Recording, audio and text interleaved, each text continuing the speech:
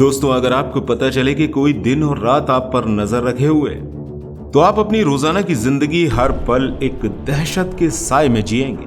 और ये बात हम आपको इसलिए बता रहे हैं क्योंकि ऐसा आपके साथ हो रहा है।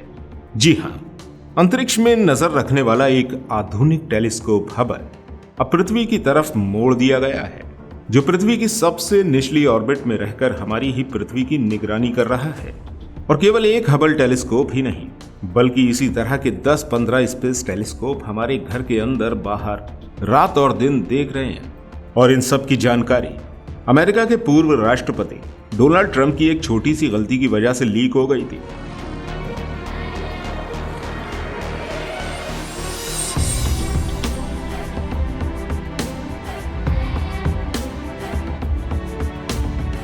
ये बात है साल 2019 की, जब ईरान ने अपने सैटेलाइट को लॉन्च किया था। तब उस सैटेलाइट को कैरी करने वाला रॉकेट लॉन्चिंग साइट पर ही फट गया था। ईरान ने अपनी इस नाकामयाबी के पीछे अमेरिका को जिम्मेदार ठहराया था, क्योंकि उसका मानना था कि अमेरिका नहीं चाहता कि ईरान ये सैटेलाइट लॉन्च करे। और इसी दिन अमेरिका की एक सैटेलाइट कंपनी प्लेनेट ने अपनी सैटेलाइट की मदद से ईरान की इस लॉन्चिंग साइट की एक फोटोग्राफ कैप्चर करी थी, जिसमें इस लॉन्चिंग साइट की कई डिटेल्स नजर आ रही थी।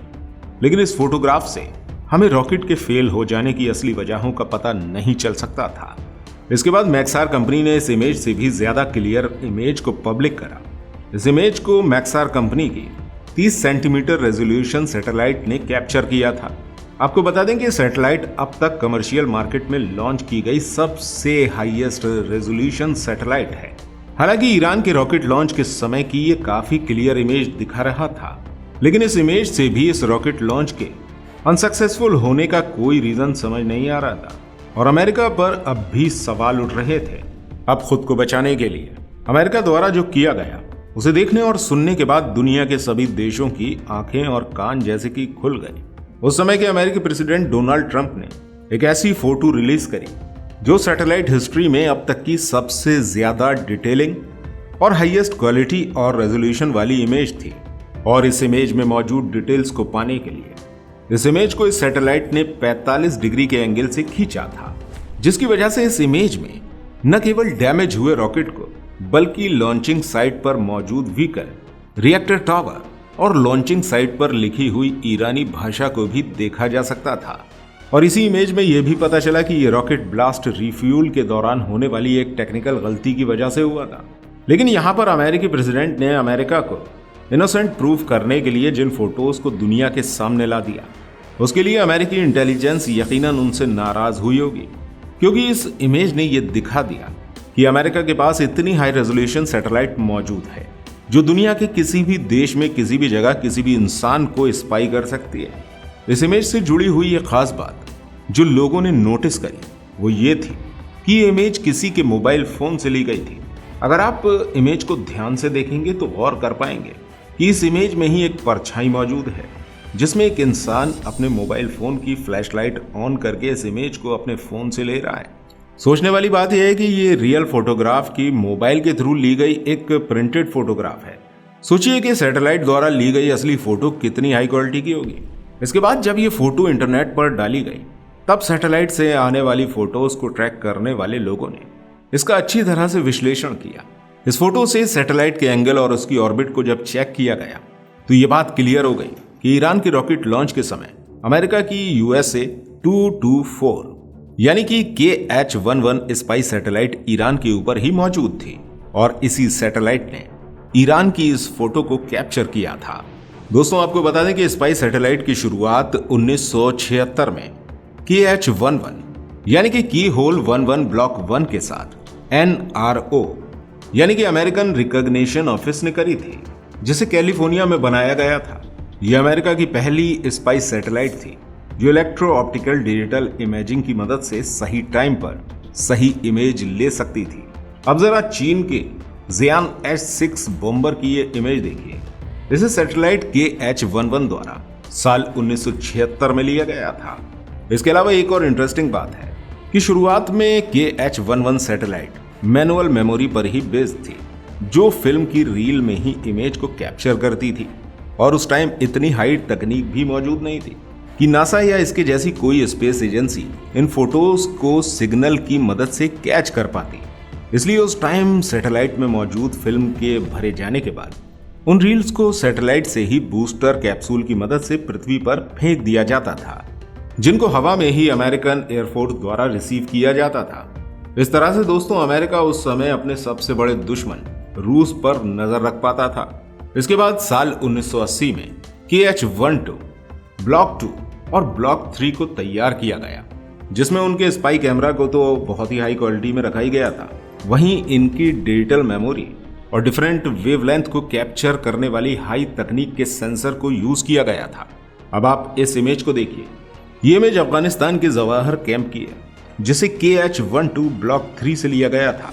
ये वही जगह थी जिसे आतंकवादी संगठन अपनी ट्रेनिंग कैंप के तौर पर इस्तेमाल कर रहा था, और इसी कैंप को अमेरिका ने 1998 में पूरी जानकारी हासिल करने के बाद उड़ा दिया था। इसके बाद साल 2018 तक अमेरिका ने ऐसे ही 5 और जनरेशन की होल सैटेलाइट लॉन्च किए, जो अब दुनिया के हर देश पर अपनी नजर रखे हुए हैं। हालांकि अमेरिकन एजेंसी ने आज तक इन सैटेलाइट्स के रियल ऑर्बिट्स और इनकी करेक्ट इमेज रेजोल्यूशन को कभी भी ओपन नहीं किया है, लेकिन अलग अलग सोर्सेज से ली गई जानकारी और अमेरिकन प्रेसिडेंट द्वारा ट्वीट की गई फोटोग्राफ के एनालिसिस के बाद यह अंदाजा लगाया जा रहा है कि नई जनरेशन की इन की होल सैटेलाइट्स पर 1 सेंटीमीटर पर पिक्सल रेजोल्यूशन की इमेज को हम कैप्चर कर सकते हैं। इस तरह से जनरेशन 6 की ये की होल सैटेलाइट दुनिया की सबसे एडवांस सैटेलाइट मानी जाती है। दोस्तों, इस तस्वीर के दुनिया के सामने आने से पहले दुनिया भर के लोगों को ये जानकारी भी नहीं थी कि अमेरिका के पास इतनी हाई क्वालिटी की स्पाई सैटेलाइट भी मौजूद है, जो कि हबल टेलीस्कोप से भी कई गुना ज्यादा बेहतर है। और शायद इसी वजह से इनकी होल सैटेलाइट की एक भी ऑफिशियल फोटो इंटरनेट पर मौजूद नहीं है। वहीं जानकारों का कहना है कि हबल स्पेस टेलीस्कोप टेक्नोलॉजी इन्हीं की होल टेलीस्कोप से इंस्पायर है, और ये काफी हैरान करने वाली जानकारी है, क्योंकि जिस हबल टेलीस्कोप को दुनिया की सबसे ज्यादा पावरफुल टेलीस्कोप माना जाता है, उसकी मेकिंग प्रोसेसिंग पूरी तरह से की होल टेलीस्कोप से ही लिया गया है। वहीं इसकी पहली फंडिंग कांग्रेस द्वारा साल 1978 में अप्रूव करी गई थी, जबकि साल 1976 में ही दुनिया की पहली एडवांस स्पाई सैटेलाइट को लॉन्च करा गया था। और इसी कड़ी में आगे बढ़ते हुए साल 1980 में हबल टेलीस्कोप को लॉकहेड मार्टिन के सनीवेल कैलिफोर्निया में मैन्युफैक्चरिंग फैसिलिटी में असेंबल किया गया था। इसी जगह KH-11 सैटेलाइट को भी असेंबल किया गया था, और खबरों के हिसाब से इन दोनों सैटेलाइट्स में यूज हुए मिरर का डायमीटर लगभग बराबर ही है। अब जरा सोचिए कि जो हबल सैटेलाइट यूनिवर्स की छोटी सी छोटी जानकारी हमें दे सकता है, करोड़ों किलोमीटर दूर मौजूद ऑब्जेक्ट्स की जानकारी और फोटोज हम तक पहुंचा सकता है, तो इससे भी ज्यादा पावरफुल सैटेलाइट टेलीस्कोप अगर हमारी ही पृथ्वी की जासूसी कर रहा हो या फिर हम पर नजर रख रहा हो, तो ऐसे में ये हमारे लिए कितना ज्यादा खतरनाक होगा, ये आप खुद ही सोच सकते हैं। उससे भी ज्यादा परेशानी की बात यह है कि ये कोई एक की होल सैटेलाइट ना होकर कई सैटेलाइट हैं, जो अमेरिका द्वारा समय समय पर लॉन्च की जा चुकी हैं। जानकारों के अनुमान के हिसाब से इस समय तकरीबन 10 से 15 की होल सैटेलाइट पृथ्वी की लोअर ऑर्बिट में लगातार घूम रही हैं, और हमारी ही दुनिया के हर कोने में हर जगह नजर रखे हुए हैं। सैटेलाइट की ये नजर न केवल हमें दिन के उजाले और खुले आसमान, बल्कि रात के अंधेरों और कंक्रीट की मोटी परतों के नीचे बने घरों में भी देख रही हैं। वैसे आपको बता दें कि अमेरिका के पास रात में डिटेक्ट करने के लिए और भी कई स्पाई सैटेलाइट मौजूद हैं, जिनमें से एक है SAR, यानी कि सिंथेटिक अपर्चर रडार, जो रेडियो वेव के जरिए ग्राउंड पर मौजूद इंफॉर्मेशन को लगातार पृथ्वी की लोअर ऑर्बिट में घूमते हुए कैप्चर करती है। ये लगातार हमारी पृथ्वी के सरफेस पर अपनी रेडियो वेव्स भेजती है, और वहां से लौटने वाली रेडियो वेव्स को रिसीव भी कर लेती है। वहीं ये सैटेलाइट 16 सेंटीमीटर के रेजोल्यूशन तक के फोटोज कैप्चर कर लेती है।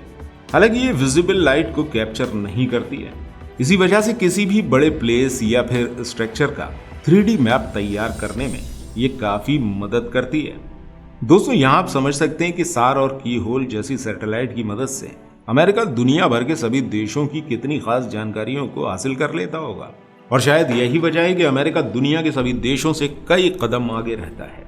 इन्हीं चीजों की मदद से अमेरिका का CIA रात के अंधेरों में भी दूसरे देशों में घुसकर एक सक्सेसफुल मिलिट्री परफॉर्मेंस दे सकता है।